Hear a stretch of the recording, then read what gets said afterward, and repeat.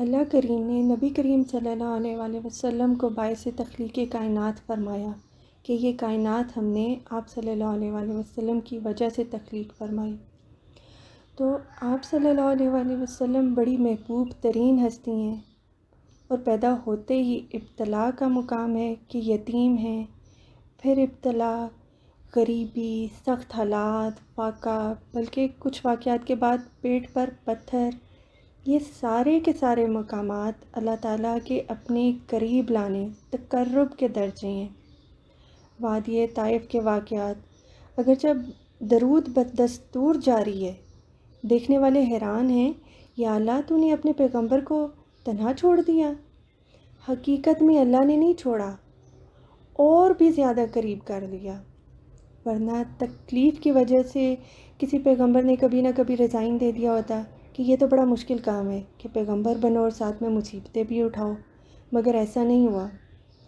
اسی طرح دیکھیں کہ شہادت کا مقام جو ہے یہ قرب الہی کا ایک انتہائی مقام ہے۔ جن لوگوں کو سمجھ آتی ہے یا جن کو قبول کر لیا جاتا ہے، انہی لوگوں پر یہ مقام آشکار ہوتا ہے، یہ ہر آدمی کے بس کی بات نہیں ہے۔ اللہ کہتا ہے میں قریب کرنے کے لیے صبر کا راستے سے آزماؤں گا، اور جو اس مقام سے گزر رہا ہے، جو بڑے شکر سے گزر رہا ہے، اس کے درجات بلند ہو رہے ہیں۔ جو میری یاد میں مر گیا تو اسے مردہ نہ کہو، زندگی دینے والا بھی میں ہوں، میرے لیے وہ شہید ہو رہے ہیں تو مردہ کیسے ہوئے؟ گویا کہ سانس کے رکنے کا نام موت نہیں ہے، بلکہ اللہ سے ریلیشن ختم ہونے کا نام موت ہے۔ ہم زندگی میں مر چکے ہیں اور وہ مرنے کے بعد بھی زندہ ہیں۔ غافل آدمی کے لیے موت ہے۔ جب ہم اللہ کی یاد سے غافل ہیں تو سانس لینے کے باوجود ہم مر چکے ہیں۔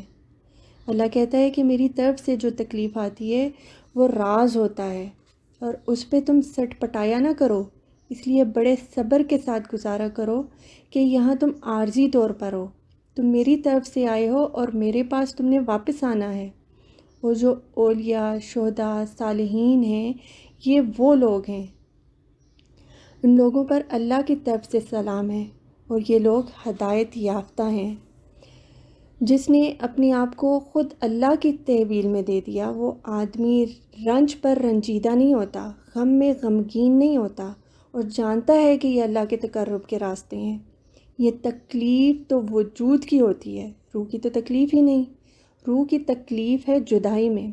جس روح کا اللہ کریم سے رابطہ نہ ہو، وہ روح تکلیف میں ہے، چاہے جسم کتنی ہی راحت میں کیوں نہ ہو، اور جس روح کا رابطہ اللہ کریم سے قائم ہو جائے، وہ روح راحت میں ہے، چاہے جسم راحت میں ہو نہ ہو۔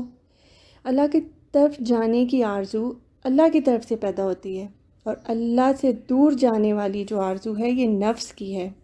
اگر یہاں ٹھہرنے کی آرزو ہے، دنیا پسند ہے، تو یہ نفس کی آرزو ہے۔ تو اللہ کریم نے فرمایا جو دنیا کے طلبگار ہیں وہ دنیا ہی کے طلبگار ہیں، اور آخرت کے طلبگار جو ہیں یہ لوگ تم ہی میں سے ہیں، اور آخرت کے طلبگار دنیا کے طلبگار سے بہتر ہیں۔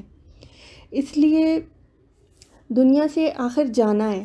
ٹھہرنے کی آرزو والے کو ایسا نہ ہو کہ یہاں نکلنے سے تکلیف ہو، تو آرزو وہ رکھو جس کا حاصل اللہ کریم خود ہو، اس کی طرف جانے کی آرزو رکھو، اس کے فضل کی، اس کے احسانات کی آرزو رکھو۔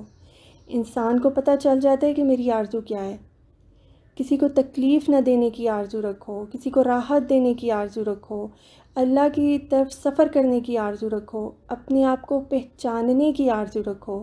جن لوگوں نے اللہ کی راہ میں بہت کام کیا وہ یکتا آرزو والے لوگ تھے، ایک آرزو والے لوگ، جس پر باقی آرزوئیں نثار ہو جاتی ہیں۔ اللہ تعالیٰ نے اپنے قریب رہنے والوں کو جو راستہ بتایا ہے، ہمیں اس راستے کو اختیار کرنا چاہیے۔ شہیدوں کا راستہ، صالحین کا، اولیاء کا، انبیاء کا راستہ، یہ راستہ صراط مستقیم والا ہے، انعمت علیہم والوں کا راستہ ہے، کہ جن پر اللہ کا انعام ہوا، تو وہ راستہ اختیار کریں جو زندگی بہتر ہے، وہ فی الدنیا حسنت ہے، اور ان لوگوں کے لیے آخرت بھی بہتر ہے۔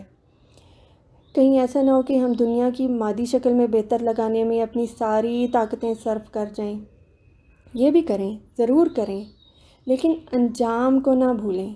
اللہ کے تقرب والے انسانوں کے قریب رہا کریں۔ ماڈرن لائف کی ریکوائرمنٹس پوری کریں، ضرور کریں، لیکن دل کا رخ اللہ تعالیٰ کی طرف ہونا چاہیے اور اس کی رضا کے لیے اپنی زندگی کے تمام معاملات کو مولڈ کرنا چاہیے۔